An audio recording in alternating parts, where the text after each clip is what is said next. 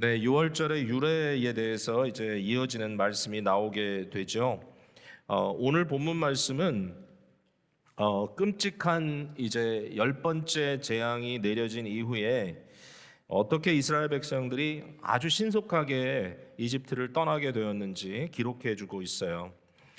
사실 떠나고 싶어도 못 떠나게 해서 저들을 못 가게 해서 굉장히 힘들어했는데 이제 떠나라 하니까 그저 갑작스럽게 마치 뭐가 터지듯이 그냥 확 나가야 되는 이제 그런 상황이 됐습니다.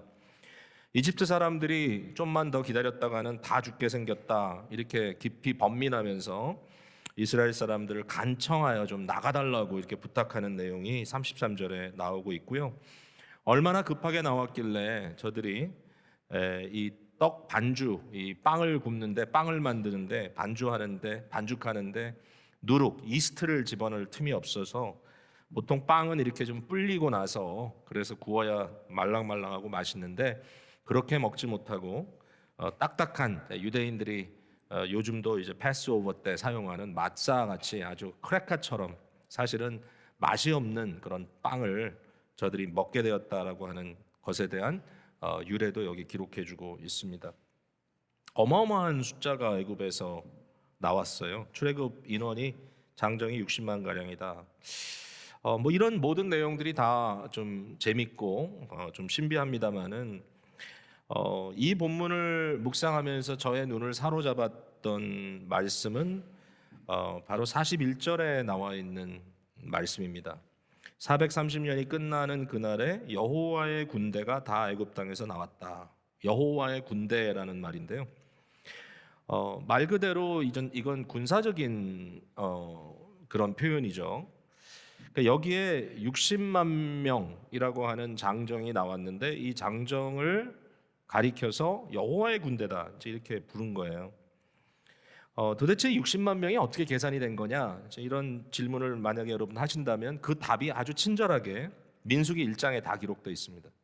그러니까 민수기 1장, 민수기는 숫자 세는 거잖아요. 계수하는 건데 이 민수기 1장에 그 12지파의 각 지파의 장정이 몇 명씩 나눠져서 총 여기 보니까 60만 3,550명이었다. 이제 이렇게 기록이 아주 정확하게 나와 있는데 이 사람들은 이제 누구냐 하면은 싸움에 나갈 만한 20세 이상의 남자로 규정되어 있습니다. 싸움에 나갈 만한 20세 이상의 남자.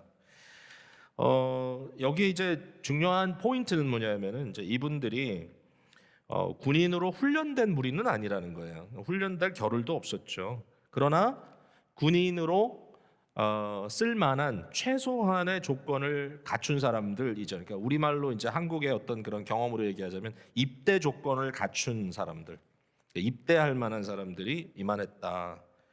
그러니까 절대로 이게 군대였다는 말은 아니에요. 사실은 군대이기 이전이에요. 이걸 군대라고 부를 수가 없죠. 그냥 어마어마한 무리가 지금 이렇게 떼지어 다니는데 오합지졸이죠. 한마디로 훈련받은 것도 아니고. 근데 이 사람들을 여전히 여호와의 군대라고 부르고 있다.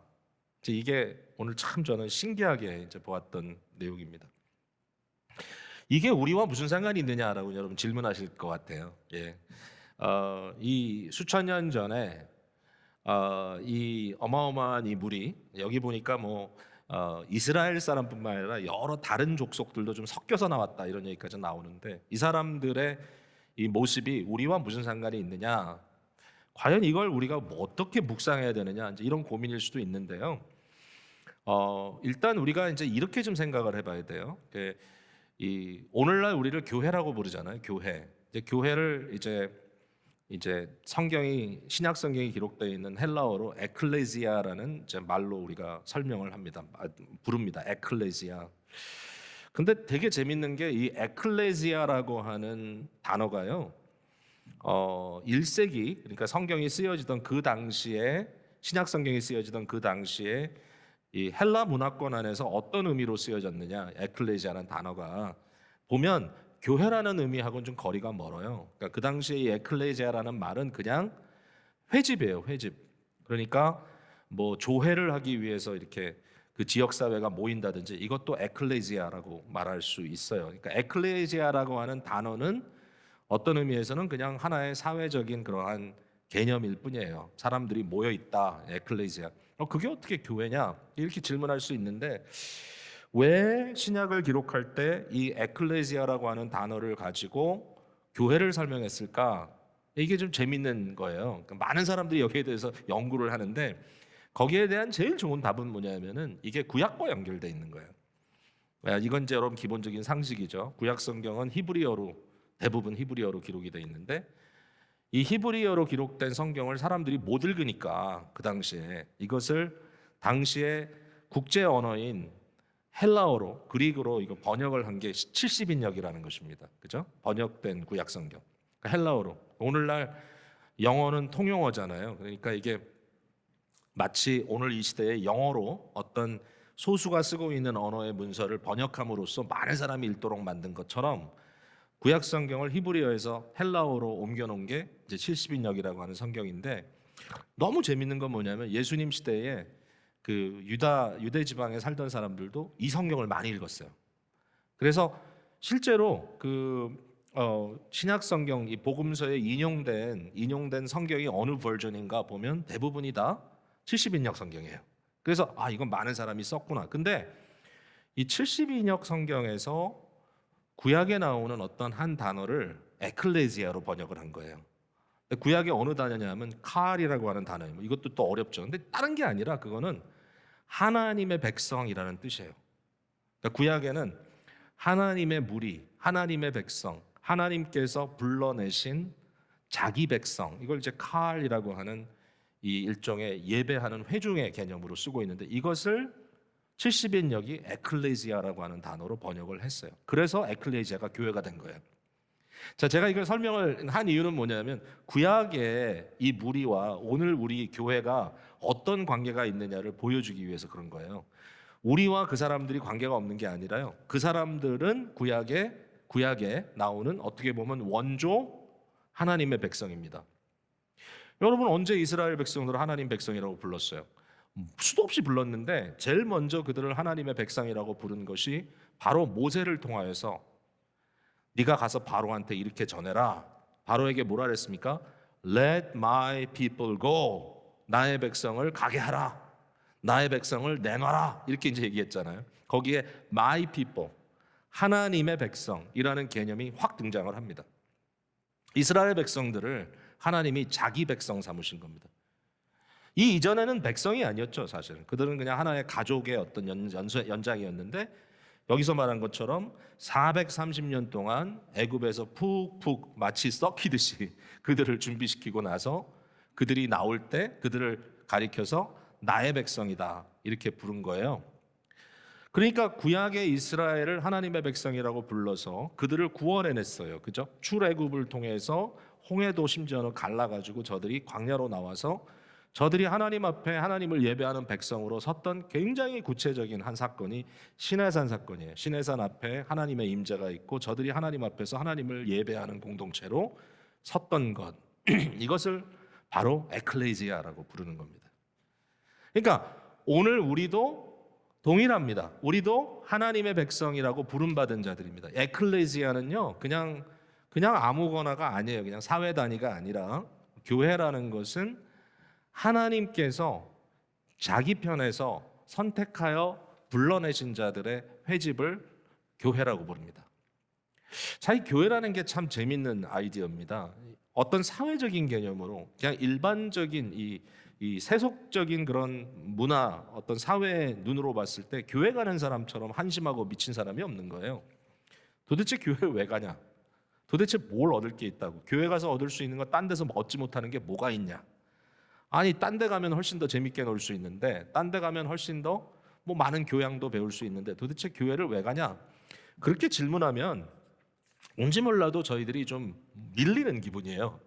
왜냐하면 뭐냐라고 딱 그들이 만족할 만한 답을 줄 수가 없어요. 교회 와봐. 교회 오면 그래도 재밌어. 뭐 그런 얘기를 하겠어요 오늘날? 재밌는 게 수도 없이 많은데? 교회 오면 좋은 사람 만나. 정말 그런 얘기 하겠어요? 그러니까 이게 좀 어렵잖아요. 그런 개념으로 봤을 때. 근데 이 내용으로 들어가면, 이 핵심으로 들어가면 교회는 그냥 사람들이 자원해서 나오는 그런 사회 집단이 아니에요. 교회는 하나님의 특별한 부르심을 통해서 그 부르심에 응답한 사람들이 모이는 이러한 하나님의 백성 집단이에요. 여러분, 그것을 좀 신학적으로 표현하면 성령님의 효과적인 부르심, 그래요. 우리에게는 우리 각자의 마음에 성령님께서 여러분을 불러내신 거예요. 더 이상 죄와 어두움의 세력 안에 있지 말고 너희는 더 이상 사탄의 종이 아니라 이제는 하나님의 백성이다, 이렇게 불러내신 거예요.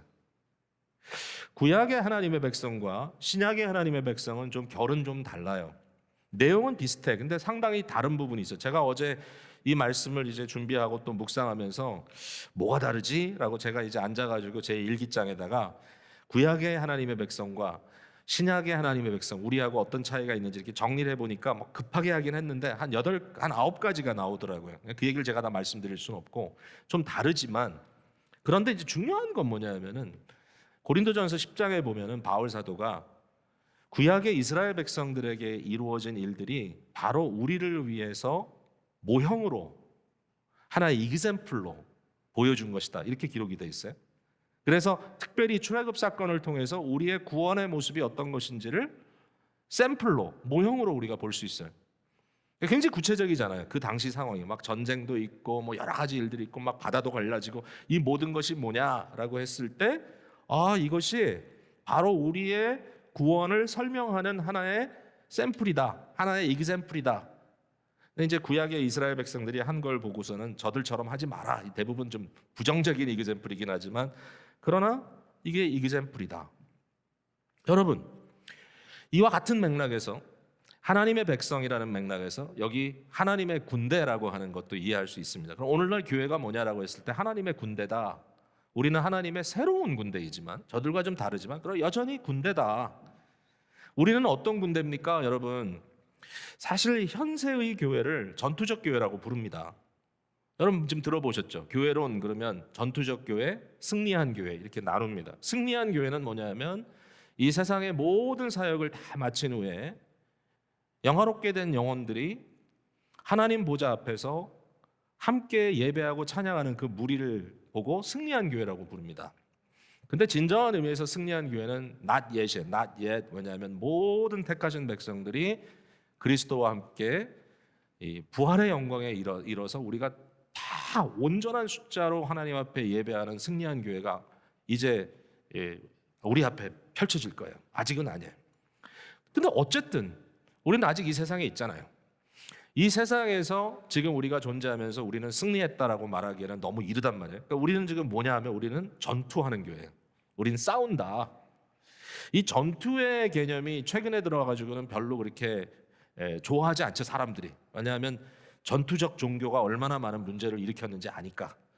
뭐 우리가 타 종교 얘기도 하지만 뭐 심지어는 우리 기독교 안에도 너무 전투적으로 선교하고 이런 그룹들에 대해서 좀 요새 굉장히 좀 알레르기 반응이 일어나니까 이 전투적이라는 이야기를 하면 좀 안 좋아하긴 합니다. 그런데 이걸 우리가 피해갈 수는 없어요. 자, 우리가 무슨 전투를 하고 있느냐 질문을 해볼 수 있겠죠. 우리의 전투는 뭐냐? 두 가지 방향이 있어요. 하나는 뭐냐면은 교회 내부적인 전투입니다. 우리 안의 전투. 뭐와 전투냐? 죄와 죄의 모든 그림자와 이 안에 있는 어둠의 세력들과 싸우는 겁니다. 이거 되게 어렵습니다. 사실 교회 내부이기 때문에. 그러면 사람과 사람 사이에 싸움하라는 얘기가 그건 아니죠. 사실은 이 어두움이 우리 각자에게도 들여 있기 때문에 우린 모두가 다 완전하게 된 성도가 아니잖아요. 아직도 성도라고 부르지만 여전히 우리는 부족하잖아요. 그러니까 우리 모두 다 죄와 싸워요. 근데 이게 각자의 싸움이 아닌 거예요. 각자만 싸우는 게 아니라 집단적 공동체적 싸움인 거예요. 교회는 내부에 우리 안에 있는 죄와 싸워요. 이게 개인의 싸움, 관계적 어떤 죄의 싸움. 사실 죄는 관계 안에 많이 드러나잖아요. 이 관계 속에 드러나는 것, 어떤 집단 안에 드러나는 이런 죄의 문제와 끊임없이 복음의 능력으로 싸워나가는 것이 교회의 모습이에요. 교회 안에는 치리라는 것도 있어요. 치리라는 건 되게 어려워요. 누가 치리하느냐, 누가 치리할 권한이 있느냐.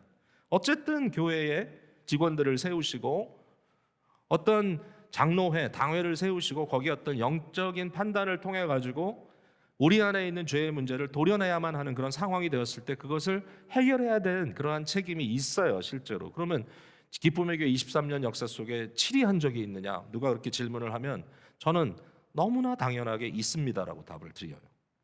근데 우리는 공개적으로 치리한 적은 없어요. 공개적으로 사람을 거론하면서 광고에 이분은 치리당했습니다, 이렇게 한 적은 없어요. 감사한 일이에요. 왜냐하면 거기에 가기 전에 개인적인 어프로치를 통해서 치리의 필요성이 이게 해결됐기 때문에 그렇게 한 거겠죠. 물론 뭐 완벽한 건 있겠습니까만은, 그러나 이러한 일들이 최근에 이르기까지 있었다는 거예요. 죄와의 싸움이 얼마나 힘든지 몰라요. 우리가 너무 오랫동안 이제 온라인, 오프라인 이 갈등 속에 있잖아요. 뭐 갈등이라고 하기보다 지금 병행하잖아요. 근데 아직도 그 온라인으로 계속 소위 예배를 드린다, 나는 온라인으로 교회를 간다, 이런 분들이 계셔요. 근데 제가 그냥 거기에 대해서 한마디 드린다면, 이 기술의 문제, 테크놀로지의 문제는 제가 정서적인 문제이기 때문에 저는 테크놀로지에 좀 턱걸이한 사람이라서 이걸 너무 쉽게 판단할 수는 없어요. 뉴욕의 젊은이들 주로 모이는 그런 공동체에 보니까 앞으로 코비드가 끝나도 이것이 정리돼도 온라인 예배를 중단할 수 없을 것 같다라는 얘기를 제가 들었어요. 그 문화 자체가 너무 익숙해져 버렸다 여기에. 근데 뭐 그렇다 할지라도 온라인 있는 게 너무 감사한 거죠. 지난 1년 동안 너무너무 감사했죠. 정말 온라인이 없었다면 어떡할까. 도대체 100년 전에 이 스페니쉬 플루가 그 팬데믹이 있을 때 교회는 어떡한 거야? 그때도 교회가 다 디스텐싱하고 뭐 모이지 않고 마스크하고 그랬었거든요. 그때도 교회 그런 광고가 있어요. 너무 재밌게도. 근데 도대체 어떻게 했을까 그 사람들이? 상상할 수가 없어요. 그때는 온라인이 없었으니까. 그렇다 할지라도 저희가 교회는 여정이에요. 같이 올라와 만나는 거예요. 같이 모여 예배하는 거예요. 이 대면이라고 하는 것을 피할 수 없는 이유가 뭐냐면은 사실은 이것 때문에 그래요. 죄와의 싸우는 문제 때문에. 여러분, 내가 혼자 온라인으로 있을 때 가능한 게 뭐냐면은요, 싫은 건 안 보여주는 거예요.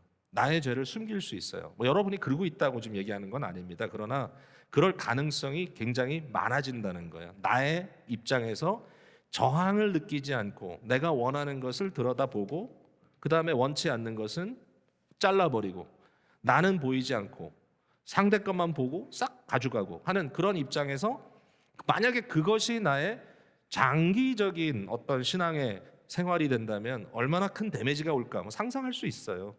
여러분, 공동체가 필요해요. 물론 뭐 줌을 통해서도 우리가 서로 죄도 나누고 할 수 있다고 하지만, 그러나 뭔가 이렇게 창문 밖에서 안을 들여다보면서 하는 것과 우리가 감출 수 없는, 어떻게 보면 영혼의 벌거벗음이 그대로 드러나고 그 안에서 정말 짜증도 내고 화도 내고 뭐 어떨 땐 싸움도 하지만, 그러나 그런 것들이 우리 안에 있는 죄와 이 죄의 문제와의 끊임없는 싸움이다. 여러분, 이게 결국은 이게 있어야 성령의 과정이 가는 거다라는 것 기억해 보면 참 중요하다, 이런 생각을 드릴 수밖에 없어요. 빨리 저는 이 코로나 해결되고 우리가 예배도 함께 드릴 뿐만 아니라 소그룹도 모여서 아이들도 뛰어놓는 거 보고 같이 이러면서 서로 이렇게 모였다가 또 어떨 땐 좀 힘든 얘기도 나누고 이러면서 점점점 변화돼가는 우리의 모습을 봤으면 좋겠다. 그 소망이 좀 있어요. 또 우리가 싸우는 싸움은 뭐냐면 교회 밖과의 싸움이죠. 교회 밖에 존재하는 공격이 있습니다. 요즘은 일반 사회가 교회를 좀 우습게 알고 자꾸 이렇게 얘기를 하니까 저희들도 좀 주눅 들어가지고 뭔가 말도 못하고 교회가 문제야 이러는데요. 너무 그렇게만 할 필요는 없어요. 왜냐하면 교회에 대해서 세상이 이해 못하는 게 너무 많아요. 다 이게 참 이해가 안 되는 거예요, 그분들에게. 그래서 공격을 할 겁니다. 그러나 예수 그리스도의 이름을 우리가 변증해야 되고요. 복음을 변증해야 되는 거예요, 우리가 교회로서. 그리고 이 복음의 능력을 변증할 때 우리가 그냥 말로만 하는 건 아니죠. 우리의 삶을 증거로 해서 복음이 나를 이렇게 변화시켰죠. 무의미한 나의 삶이 의미 있게 되고 정말 절망적이었던 나의 인생이 이렇게 주님 은혜 가운데 소망을 품게 됐다고 하는 이런 것들이 사실은 세상에 대해서 우리가 싸우는 방법입니다. 이게 변증입니다. 뭐 할 게 많죠.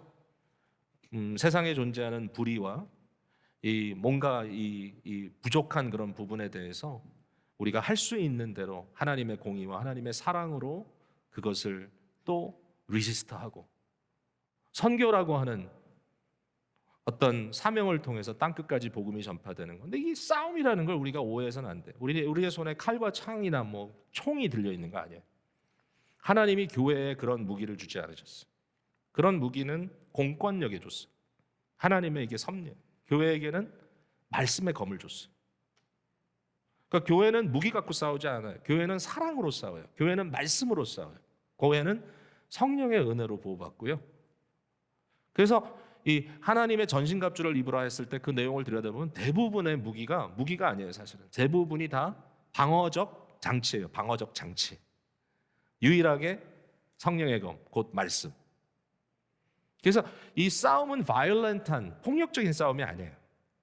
혈과 육의 싸움이 아니에요. 그러니까 우리가 그런 싸움을 하는 거 아니에요. 교회가 만약에 어떤 권력이 돼서 세상에 힘으로 세상을 누른다, 그거는 잘못된 거예요. 십자군 운동 잘못된 거예요. 어떤 정치적 단체를 교회의 어떤 연속으로 생각하고 그것을 통해서 뭔가 무력을 통하여 사람들을 압제하려고 한다, 그건 교회가 할 일은 아니에요. 교회의 싸움은 훨씬 더 고차원적인 영적인 싸움, 정신적 싸움, 우리의 사랑의 싸움, 우리의 삶의 희생의 싸움, 어려운 싸움이지만 싸워야 한다. 그게 우리의 싸움. 자, 이렇게까지 말씀을 드렸는데 이제 여기에 이제 우리의 문제가 있죠. 뭐냐면, 야, 이런 싸움을 싸워야 되는데 우리가 지금 제대로 하고 있는 거야? 우리는 군대다워? 우리는 진짜 군대는 군대야? 이런 질문을 할 수밖에 없는 거죠. 자, 그래서 이제 구약 성경 이 구절을 들여다보는 겁니다. 여기에 나타난 이 구약에 나타난 하나님의 군대라고 표현되어 있는 이스라엘을 통해서 우리가 배울 게 뭐가 있나? 과연 하나님이 그들을 왜 여호와의 군대라고 불렀는데 그들은 어떤 모습이었냐? 자, 이건 이제 얘기를 해보겠습니다. 첫 번째로, 저들이 하나님의 군대라고 칭함을 받았을 때 저들은 싸울 만한 준비가 되어 있는 자가 아니었다는 거예요. 싸울 준비가 전혀 되지 않았어요.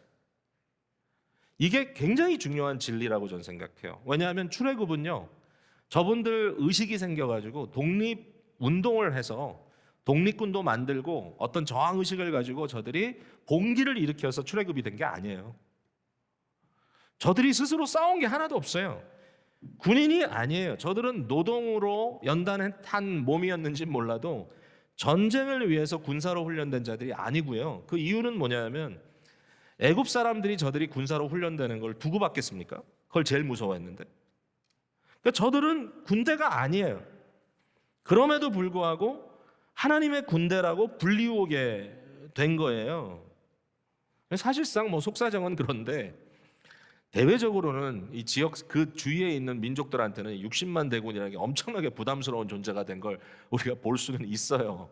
마치 메뚜기 떼가 지나가듯이 지나간다, 그렇게 얘기를 한 거예요. 그 당시 사람들이 너무너무 힘든 존재가 된 거예요. 그러나 실제로 그들이 하나님의 군대 다 왔냐? 전혀 아니었어요. 그런 모습이 아님에도 불구하고 그들을 하나님의 군대로 불러내셨던 겁니다. 성경 전체에서 출애굽 사건은 구원 사건으로 간주합니다. 구원에 대한 하나의 모형이죠. 그래서 홍해를 가르는 사건을 심지어는 바울 사도는 모세 안에서 모든 백성들이 세례받은 사건이다, 이제 이렇게 얘기를 합니다. 그러니까 이 출애굽 사건은 우리에게 있어서는 예수 그리스도의 십자가와 부활 사건과 비슷합니다. 사실 그것을 미리 보여주는 하나의 모형이죠. 우리가 그리스도 안에서 그리스도와 함께 죄와 세상에 대하여 죽고, 우리가 종살이 하던 과거의 삶을 청산하고 이제는 하나님의 백성으로 영광의 나라로 옮겨지는 이 뭔가 디사이시브한 결정적인 과거와 미래가 있는 그러한 우리의 어떤 존재적 그런 설명이 이제 등장을 하는 겁니다. 내가 크게 변한 것 같지 않지만 그러나 나는 과거와 오늘과는 다릅니다. 과거에는 나는 사탄의 종이었지만 지금은 그리스도의 종입니다. 과거는 우리는 죄의 병기였지만 지금은 의의 병기입니다. 이게 달라요, 완전히. 이게 실제로 내가 그럼 그럴 준비가 됐느냐, 그런 얘기를 하는 게 아니에요. 그런 얘기를 하는 게 아니라 어쩔 수 없이 우리는 그 과정을 겪었다는 거예요. 여러분, 구원받았다 하는 것을 우리는 보편적으로 언제 구원받았다는 얘기를 하냐면 우리가 회심하는 얘기, 우리가 과거에는 하나님을 모르고 그리스도도 모르고 거기에 대해서 전혀 인식도 없고 내가 죄인이라는 사실도 인정하지 않았고 내가 하나님의 은혜가 필요하다는 것도 생각하지 않았는데 어느 날 이제 그러한 것들이 내 속에 자각으로 들어오고 말씀이 깨달아지고 뭔가 내 마음을 울리는 성령의 어떤 그런 역사가 뭐 그땐 그게 뭔지도 몰랐지만 역사가 일어나고 그래서 내가 안에 회심이 일어나서 구원을 받는다. 자, 구원을 받는 게 도대체 뭡니까? 라고 했을 때 이 구원파는요. 구원파는 구원받는 게 다예요. everything. 그래가지고 몇 월, 며칠, 몇 시에 구원받았냐 그것만 있으면 마치 라이센스 들고 다니는 것처럼 그 다음에는 뭐를 해도 상관이 없어요. 근데 그거 전혀 아니에요, 여러분. 구원은 목적이 아니에요. 여러분 좀 샤킹합니까? 구원이 목적이 아니에요. 자, 따라해 보세요. 구원이 목적이 아니다. 예, 딴 데 가서 이렇게 배웠다 그러면 또 뭐라 그럴지 몰라요. 여러분 잘 설명을 잘 들어야 돼. 구원이 목적이 아니에요. 그러니까 이제 여기서 말하는 구원은 이렇게 좀 작은 의미에서의 구원을 축소해서 제가 말씀드리는 거예요. 우리가 일반적으로 구원이라고 생각하는 구원이 목적이 아니고요. 구원은 시작일 뿐이에요. 구원은 시작일 뿐이에요. 그러면은 뭐가 목적이냐? 목적은 하나님의 다스림 속에 들어가는 게 목적이에요. 그러니까 하나님의 백성이 되는 게 목적이에요. 하나님의 백성으로 살아가는 게 목적이에요. 그건 뭐 하나님의 군대 그것도 돼요. 그러니까 구원이 목적이 아니라 리크루트이 목적이 아니라 사실은 사는 게 목적인 거예요. 그러니까 하나님의 다스림 그게 하나님의 나라거든요. 하나님의 나라가 뭐냐라고 했을 때 그걸 제일 잘 설명하는 것은 영토도 아니고 아무것도 아니에요. 사실 그렇게 보면 안 되고 하나님의 다스림 그걸 좀 교회적으로 이해하자면 하나님의 다스림 안에 살고 있는 사람들 하나님의 나라 백성 하나님의 나라의 개념은 역동적인 다스림의 개념 The reign of God 하나님의 다스림이 바로 목적이에요. 그 안에 들어가는 거예요. 근데 우리가 구원을 받았을 때 그러면 우리가 좀 제대로 됐었냐? 여러분 어떻게 생각하세요? 제가요 16살이 되던 해에 미국식으로 얘기하면 10학년에서 11학년으로 넘어가는 그 여름에 지금도 기억할 수 있는 회심을 경험했습니다. 회심. 아니 회심이 뭐냐? 뭐 대단한 거냐? 뭐 어쨌든 제 기억에 남아 있어요. 그래서 그때 어떤 분의 말씀 증거를 듣고 있는데 거기 앉아가지고 말씀을 듣고 있는데 내가 죄인이라는 사실이 너무 깊이 깨달아지고 죄인을 구원하신 하나님의 은혜가 확 들어오는 거예요 마음에. 그리고 예수 그리스도의 이 십자가의 고난과 그 십자가의 그 고통스러운 사건 그의 죽음을 통해서 하나님이 나를 구원해냈다라고 하는 이게 확 오는 거예요. 그래서 이제 하나님의 사랑이 얼마나 감사한지. 근데 너무 마음이 아프더라고요. 뭐 어떻게 지금 설명이 좀 잘 안 되는데 마음이 너무너무 아파요. 그래가지고 계속 흐느껴 울었어요. 뭐 크게 운 건 아니겠어요. 뭐 주위 사람들이 봤는지 모르겠지만 그냥 하염없이 쏟아지는 눈물을 경험했던 것. 뭐 울었기 때문에 회심이라고 말씀드리는 거 아니에요. 그건 그냥 따라왔어요. 하나의 현상으로. 근데 중요한 거는 제 마음 속에 이 성경이 우리에게 증거하는 복음의 그 이슈들이 이렇게 지나가더라는 거죠. 그 순간에 아 이게 회심인가 보다. 지금 그렇게 생각하는 거예요. 돌이켜 보면. 자 그러면 회심한 이후에 제가 제대로 살았나요? 솔직히 여러분께 말씀드리면 그 다음에 계속 진행이 되는데 이게 이렇게 올라가야 되는데 이렇게 푹 떨어지기도 하고 그러다가 2년이 지난 시점에 와가지고 대학교 1학년 때 확 떨어졌어요. 어느 정도로 저의 말과 저의 생각이 하나님을 부인하는 단계까지 갔었어요. 갑자기 이 세속적인 이러한 교육과 이런 것 속에서 엄청나게 흔들리는 자아를 발견하게 돼요. 그 안에서 하나님 맞아? 이렇게까지 됐단 말이에요. 자, 근데 그러면 돌이켜보면 그때 제가 구원을 빼앗겼느냐? 그건 아니었어요. 그러나 그것을 통과하면서 오늘까지 오기까지 오랜 시간 동안 저는 저의 모습 속에 많은 고민을 해요. 지금도 해요. 이런 고민이 아직 다 해소되지 않았어요. 물론 그 당시에 막 번민하고 지적으로 고민하고 막 마음속으로 막 너무 힘들고 했던 그런 것과 지금의 저의 상태가 동일한가? 그렇지는 않아요. 뭔가 여기에 좀 은혜가 더해진 그런 부분이 분명히 있음에도 불구하고 여전히 주님은 어떻게 해서든지 저를 군사로 부르시고 주의 군대로 나를 쓰시고 싶어 하시고 여러분도 그렇고 그런데 여전히 군사 같지도 않고 군대답지 않은 그런 모습이 우리에게 있다라는 거예요. 지금도. 그러니까 오늘 이 말씀, 이 이스라엘 백성들을 하나님의 군대라고 부르신 그 내용을 들여다봤을 때 가장 중요하게 드러나는 것은 우리가 항상 하는 얘기지만 매번 해도 지치지 않는 거죠. 하나님의 은혜예요, 은혜. 이건 은혜예요, 그냥. 혹시라도 여러분 가운데 나는 구원을 받을 만할 조건이 있고 저 사람은 아닌 듯 하다. 내가 구원받은 건 자 봐라. 나 같은 사람이 또 어딨냐. 그 정도는 아니더라도 적어도 나는 톱 30%는 들어간다. 뭐 이런 식으로 자기 자신을 평가하는 그런 마음이 있다면 여러분 되게 죄송한데 여러분 아직 하나님의 은혜가 뭔지 모르시는 거예요. 그러니까 은혜라는 것은 그렇게 내가 뭔가를 했다라고 하는 것을 말하게 되는 게 은혜가 아니고요. 은혜는 나를 불구하고 하나님께서 하셨다 하는 것을 깨닫는 게 은혜거든요. 그러니까 은혜는 너무 귀한 거예요. 말로만 나는 죄인이 아니고요. 죄에 대한 것이 우리가 뼈저리게 가슴 아리게 정말 속상하게 사실로 느껴지는 것이고 그럼에도 불구하고 오늘 너무 괴롭고 힘들고 나는 정말 왜 이 모양이지 하는데도 불구하고 오늘도 예배하면서 말씀을 듣는 가운데 여전히 하나님은 내 편에 서 계시고 여전히 하나님은 나를 자기 것이라고 불러주시는구나. 이 은혜에 감격하는 게 은혜예요. 그러니까 오늘도 우리가 이 하나님의 군대라고 불러진 것에 대해서 부끄럽지만 그러나 이게 은혜구나. 이게 은혜구나. 이렇게 생각하고 넘어가야 되는 거예요. 오늘 여러분 주님의 은혜를 받으시기를 바랍니다. 자, 그 다음에 두 번째로 그러면 이 말씀을 통해서 우리가 볼 수 있는 게 뭐냐면 우리가 구원을 얻은 것이나 또는 싸워가는 그 삶 속에 결국 들여다보니까 하나님이 우리를 위해 싸우시더라 이거예요. 하나님이 저들을 위해 싸운 거예요.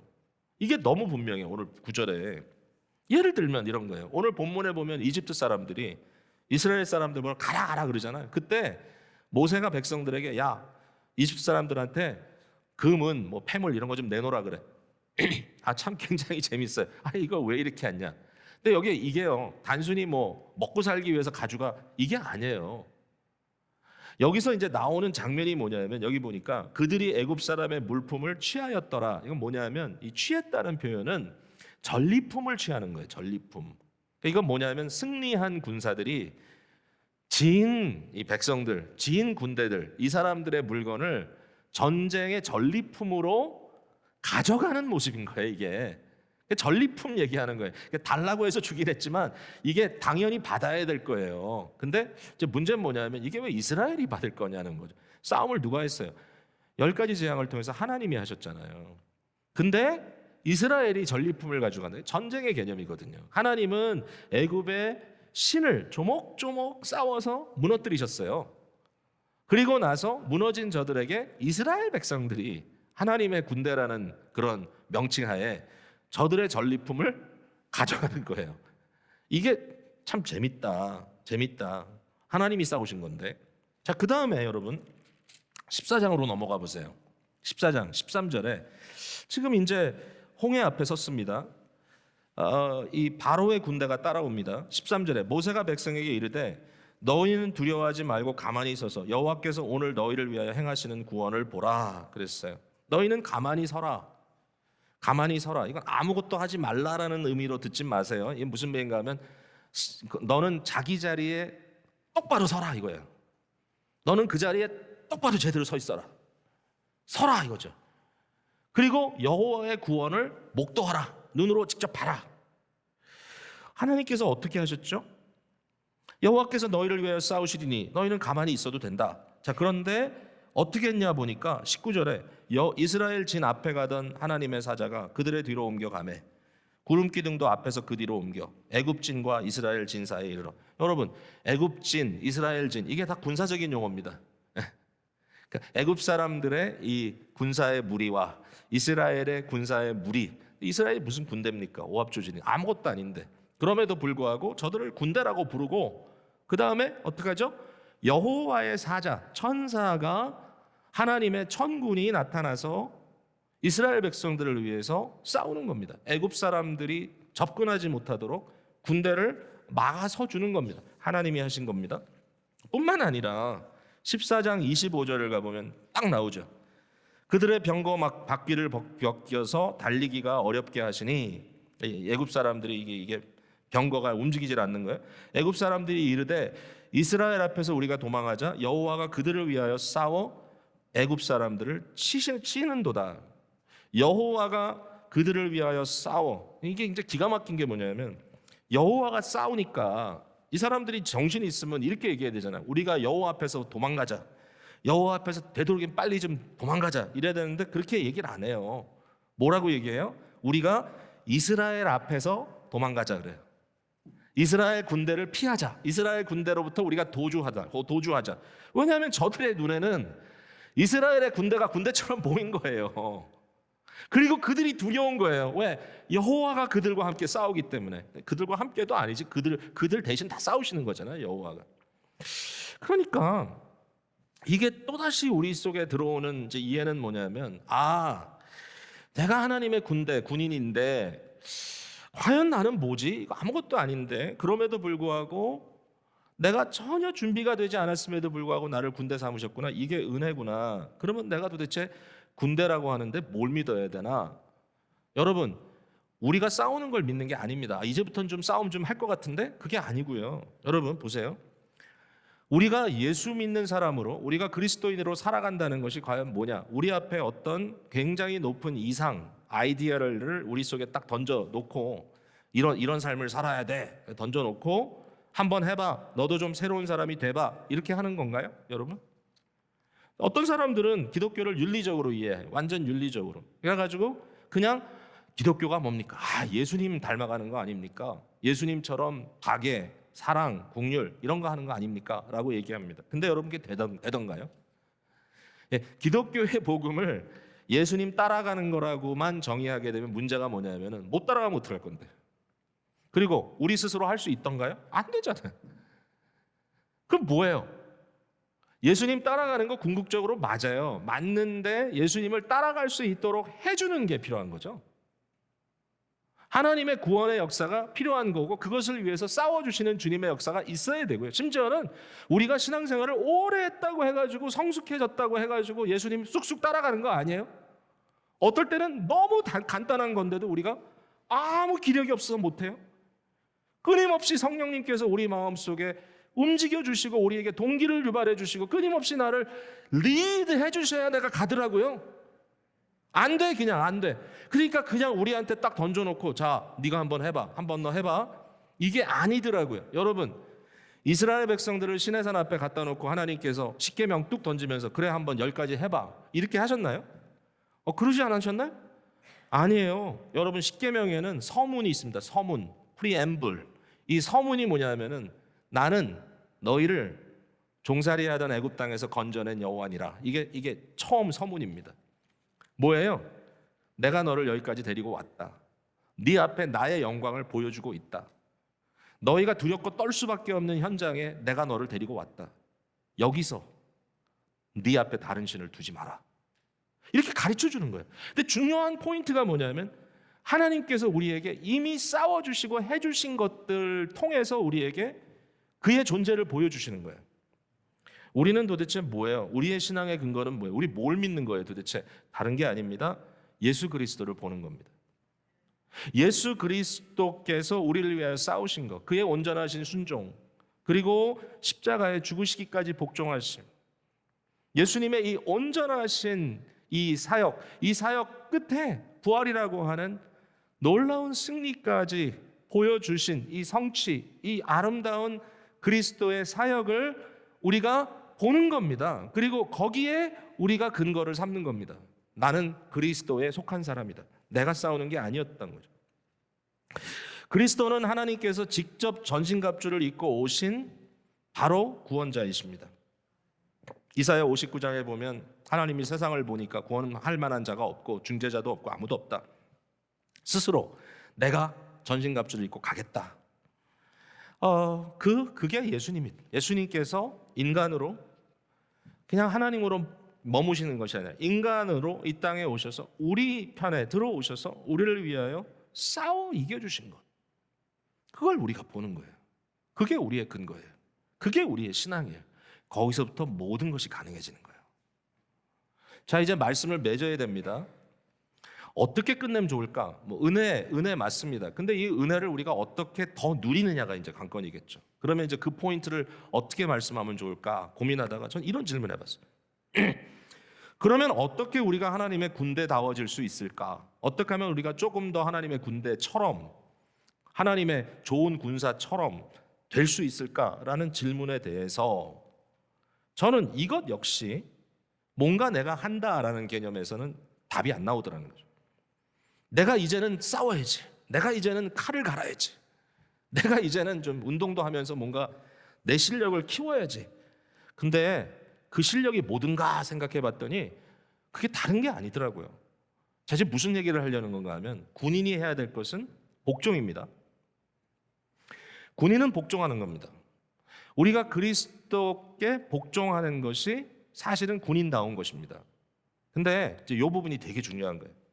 출애굽 사건, 특별히 이 출애굽기 14장에 홍해 사건 앞에 만난 그 사건에 도달한 이스라엘 백성들이 뭐라고 하고 있느냐, 이게 되게 중요하거든요. 14장 11절 한번 보세요. 그들이 심히 두려워했습니다. 그리고 여호와께 부르짖습니다. 부르짖는데 구원해달라는 부르짖음이 아니었어요. 여기 보니까 또 모세에게 이르되 애굽에 매장지가 없어서 당신이 우리를 이끌어내어 이 광야에서 죽게 하느냐? 어찌하여 당신이 우리를 애굽에서 이끌어내어 우리에게 이같이 하느냐? 우리가 애굽에서 당신에게 이른 말이 이것이 아니냐? 이르기를 우리를 내버려 두라. 우리가 애굽 사람을 섬길 것이니라 하지 아니하더냐? 애굽 사람을 섬기는 것이 광야에서 죽는 것보다 낫겠노라. 아유, 여러분 너무 얄밉지 않아요?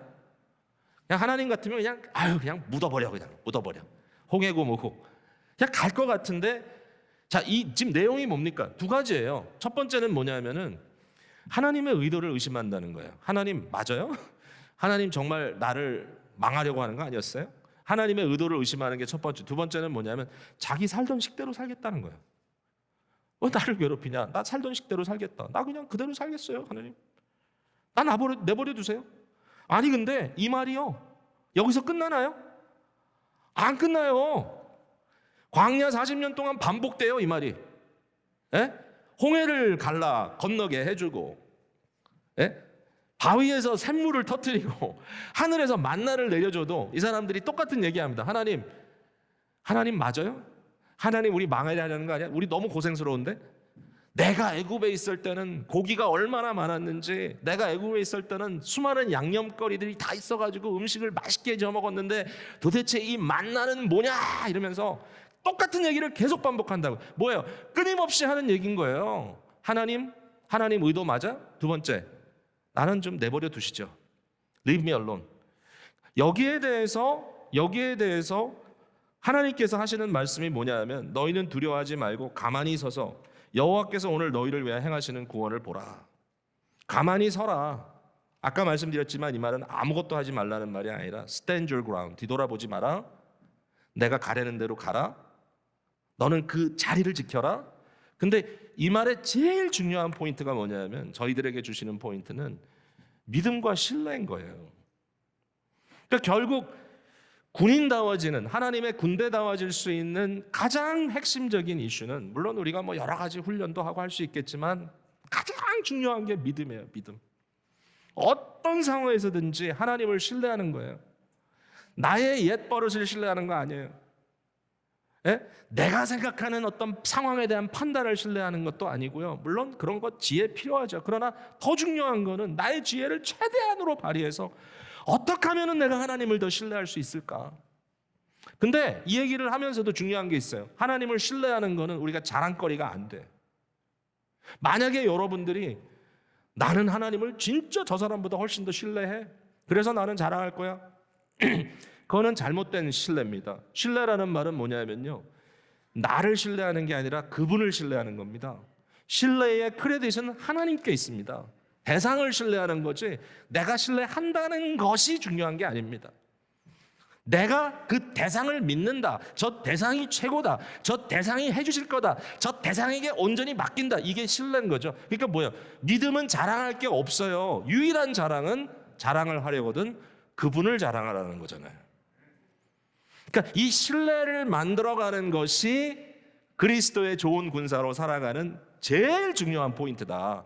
알고 봤더니 그 신뢰는 뭐냐? 우리의 눈을 끊임없이 믿음의 주요 온전케 하시는 그 이에게 픽스 시키는 거야.